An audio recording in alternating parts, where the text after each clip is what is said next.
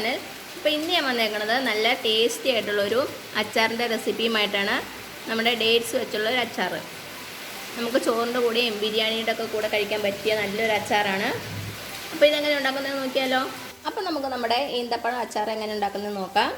അതിന് വേണ്ടിയിട്ട് ഞാനിവിടെ ഒരു 2 കപ്പ് ഈന്തപ്പഴം കുരുവൊക്കെ കളഞ്ഞതിന് ശേഷം ഇങ്ങനെ ചെറുതായിട്ട് കട്ട് ചെയ്ത് വെച്ചേക്കുവാണേ. പിന്നെ നമുക്ക് വേണ്ടത് വെളുത്തുള്ളിയാണ്. അത് ഒരു കുടം വെളുത്തുള്ളി എടുത്തിട്ടുണ്ട്, അതായത് ഒരു ഫുള്ള് വെളുത്തുള്ളി. പിന്നെ ഒരു ചെറിയ ഉള്ളി ചെറുതായിട്ട് അരിഞ്ഞത്, വെളുത്തുള്ളി ഇങ്ങനെ നീളത്തിൽ ചെറുതായിട്ട് അരിഞ്ഞേക്കുവാണേ. പിന്നെ ഒരു 3 പച്ചമുളക്, പിന്നെ ഒരു 2 ടീസ്പൂൺ ഇഞ്ചി, അതിങ്ങനെ ചെറുതായിട്ട് അരിഞ്ഞേക്കുവാണ്. പിന്നെ നമുക്ക് കുറച്ച് കറിവേപ്പിലയും വേണം. പിന്നെ ഞാനിവിടെ ഇട്ടേക്കുന്നത് കുറച്ച് പുളിയാണ്, ഒരു ചെറിയ നെല്ലിക്ക സൈസിലുള്ള പുളി. അത് ഞാൻ ചെറിയ ചൂടുള്ള വെള്ളത്തിൽ കുതിരാൻ വെച്ചേക്കുവാണ്. പിന്നെ നമുക്കൊരു 2 ടീസ്പൂൺ ശർക്കരയും വേണം. പിന്നെ ആവശ്യത്തിനുള്ള എണ്ണ, വിനാഗിരി, ഉപ്പ്, പിന്നെ കുറച്ച് പൊടികൾ ആവശ്യമുണ്ട്. അത് ഞാൻ കുക്കിങ്ങിൻ്റെ ഇടയിൽ പറയാം കേട്ടോ. അപ്പോൾ നമുക്ക് നമ്മുടെ അച്ചാർ ഉണ്ടാക്കാൻ തുടങ്ങാം. ഞാനിവിടെ ഒരു പാത്രം വെച്ചിട്ടുണ്ട്, അതൊന്ന് ചൂടായിട്ട് വരട്ടെ കേട്ടോ. അപ്പം നമ്മുടെ പാത്രം ചൂടായിട്ടുണ്ട്. ഞാനിതിലേക്ക് എണ്ണ ഒഴിച്ച് കൊടുക്കുകയാണ്. ഞാനിവിടെ നല്ലെണ്ണയാണ് യൂസ് ചെയ്യണത്. അപ്പം നിങ്ങളുടെ കയ്യിൽ നല്ലെണ്ണ ഇല്ലെങ്കിൽ നിങ്ങൾക്ക് ഇഷ്ടമുള്ള ഓയിൽ യൂസ് ചെയ്യാം കേട്ടോ. പക്ഷേ അച്ചാറുകൾക്ക് എപ്പോഴും നല്ലത് നല്ലെണ്ണ തന്നെയാണ്. നമ്മുടെ എണ്ണ നന്നായിട്ട് ചൂടാകട്ടെ. അപ്പം നമ്മുടെ എണ്ണ ചൂടായിട്ടുണ്ട്. അതിലേക്ക് ഒരു 1/2 ടീസ്പൂൺ കടുക് ഇട്ട് കൊടുക്കാം.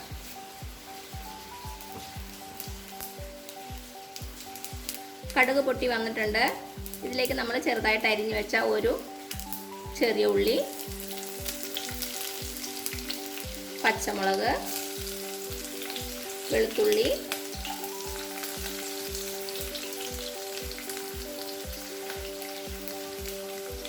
അതേപോലെ തന്നെ ഇഞ്ചി എല്ലാം ഇട്ട് കൊടുക്കാം. ഇനി ഇതെല്ലാം കൂടി നന്നായിട്ടൊന്ന് വഴറ്റിയെടുക്കണം. നന്നായിട്ട് ഗോൾഡൻ കളർ ആവണം, അതുവരെ നമുക്ക് വഴറ്റി കൊടുക്കാം. ഇതിൻ്റെ കളർ ഒന്ന് ചെറുതായിട്ട് ചേഞ്ച് ആകുമ്പോൾ മാത്രം നമുക്ക് കറിവേപ്പില ഇട്ട് കൊടുക്കാം. നമ്മുടെ ഇഞ്ചിയുടെയും വെളുത്തുള്ളിയുടെ ഒക്കെ നല്ലൊരു സ്മെല്ല് വരുന്നുണ്ട്. ഈ ഒരു മീഡിയം ഫ്ലെയിമിൽ വെച്ചാൽ മതി. ഇപ്പോൾ ഇതിൻ്റെ കളറൊക്കെ ഒന്ന് ചെറുതായിട്ട് ചേഞ്ച് ആയിട്ടുണ്ട്. നമുക്കിതിലേക്ക് ഇനി കറിവേപ്പില ഇട്ട് കൊടുക്കാം. ഞാനിവിടെ ഒരു 2 തണ്ട് കറിവേപ്പിലയാണ് എടുത്തേക്കണത്. ഞാൻ അതുകൂടെ കിടന്ന് നന്നായിട്ടൊന്ന് മൊരിയട്ടെ. ഇപ്പം നമ്മുടെ ഇഞ്ചിയും വെളുത്തുള്ളിയൊക്കെ നല്ല ഗോൾഡൻ കളറായിട്ടുണ്ട്. ഇനി ഇതിലേക്ക് നമുക്ക് പൊടികളൊക്കെ ചേർത്ത് കൊടുക്കാം. ഈ സമയത്ത് തീ നന്നായിട്ട് ലോ ഫ്ലെയിമിൽ വയ്ക്കണം, അല്ലെങ്കിൽ പെട്ടെന്ന് നമ്മുടെ പൊടികളൊക്കെ കരിഞ്ഞു പോകും കേട്ടോ. പൊടികൾ കരിഞ്ഞു പോകുന്ന പേടിയുണ്ടെങ്കിൽ തീ ഓഫ് ചെയ്തിട്ട് പൊടികളൊക്കെ ചേർത്താലും മതി. ഞാനിവിടെ എടുത്തേക്കുന്നത് 2 ടീസ്പൂൺ മുളക് പൊടി, 1/2 ടീസ്പൂൺ ഉലുവാപ്പൊടി, 1/2 ടീസ്പൂൺ കായത്തിൻ്റെ പൊടി, ഇതെല്ലാം കൂടെ നമുക്ക് ഇട്ട് കൊടുക്കാം.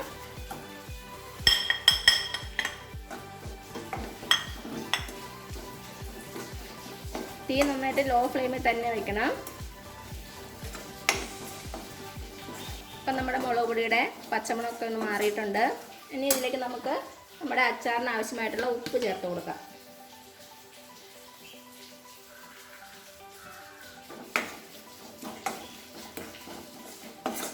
നന്നായിട്ടൊന്ന് മിക്സ് ചെയ്ത് കൊടുത്തു.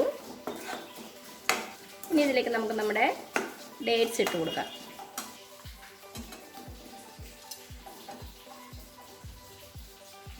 നന്നായിട്ട് ഇളക്കി കൊടുക്കുക.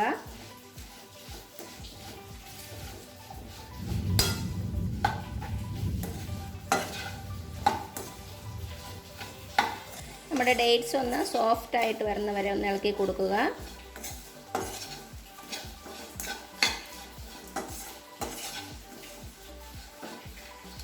തീ ഞാൻ ഇപ്പോഴും ലോ ഫ്ലെയിമിൽ തന്നെയാണ് വെച്ചേക്കണത്.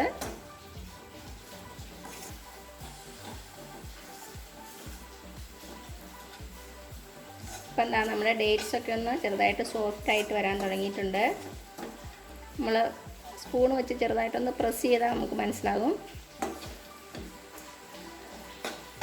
ഇപ്പം നമ്മുടെ ഡേറ്റ്സ് നന്നായിട്ട് സോഫ്റ്റായിട്ട് വന്നിട്ടുണ്ട്. ഇപ്പോൾ ഒരു 3-4 മിനിറ്റ് ഞാൻ ഇളക്കി കൊടുത്തിട്ടുണ്ട്. ഇനി ഇതിലേക്ക് നമുക്ക് നമ്മൾ നേരത്തെ ചെറിയ ചൂടുവെള്ളത്തിൽ ഇട്ട് വെച്ച പുളി പിഴിഞ്ഞ് ഇതിലേക്ക് ചേർത്ത് കൊടുക്കാം.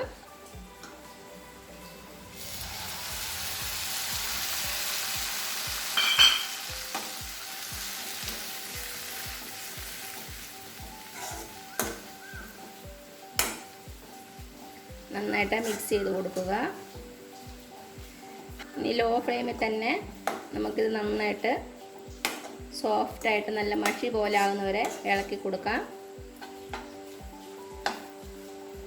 നമ്മുടെ ഈന്തപ്പഴമൊക്കെ നന്നായിട്ട് വെന്ത് വരണം.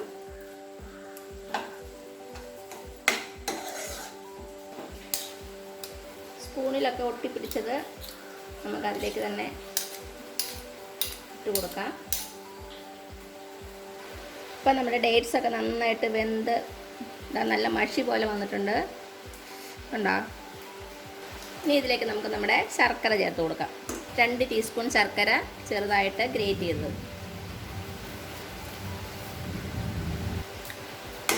നന്നായിട്ട് ഒന്നുകൂടി മിക്സ് ചെയ്ത് കൊടുക്കുക.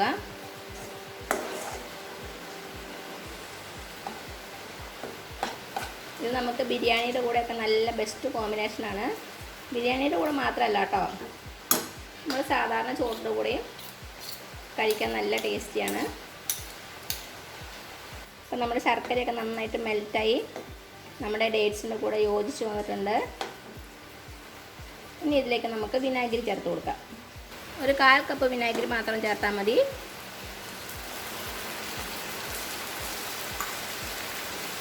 നന്നായിട്ട് മിക്സ് ചെയ്ത് കൊടുക്കുക. നന്നായിട്ട് മിക്സായ ശേഷം നമുക്ക് തീ ഓഫ് ചെയ്യാം. ഇപ്പം എന്താ ഇത്രയുള്ള നമ്മുടെ ടേസ്റ്റി ആയിട്ടുള്ള നല്ല എരിവും പുളിയും മധുരമൊക്കെയുള്ള ഡേറ്റ്സ് പിക്കിൾ ബിരിയാണിയുടെ കൂടെയും ചോറിൻ്റെ കൂടെയൊക്കെ നല്ല കോമ്പിനേഷനാണ്. എല്ലാവരും ഒന്ന് ട്രൈ ചെയ്ത് നോക്കുക. എന്നിട്ട് അഭിപ്രായങ്ങളൊന്നും അറിയിക്കാൻ മറക്കരുത്. ഇതിനു മുമ്പ് ഞാൻ കുറച്ച് അച്ചാറിൻ്റെ റെസിപ്പീസ് ഇട്ടിട്ടുണ്ട്. അതിൻ്റെ ലിങ്കൊക്കെ ഞാൻ താഴെ കൊടുക്കാം. കാണാത്തവരൊന്ന് കണ്ടു നോക്കണേ. അപ്പോൾ എല്ലാവരും ട്രൈ ചെയ്ത് നോക്കിയിട്ട് അഭിപ്രായങ്ങൾ അറിയിക്കാൻ മറക്കരുത്. അപ്പോൾ നിങ്ങൾക്ക് ഈ വീഡിയോ ഇഷ്ടമായാൽ ആ താഴെ കാണുന്ന ചുമന്ന സബ്സ്ക്രൈബ് ബട്ടണിൽ ഒന്ന് പ്രസ് ചെയ്ത് സപ്പോർട്ട് ചെയ്യണേ. അപ്പോൾ അതിന് തൊട്ടടുത്തൊരു ബെല്ലൈക്കൺ വരും. അതും കൂടെ പ്രസ് ചെയ്ത് ഓൾ എന്നുള്ള ഓപ്ഷൻ കൊടുക്കുക. അപ്പോൾ ഇനി പുതിയൊരു റെസിപ്പി ആയിട്ട് വരുന്നവരേക്കും thank you so much. By.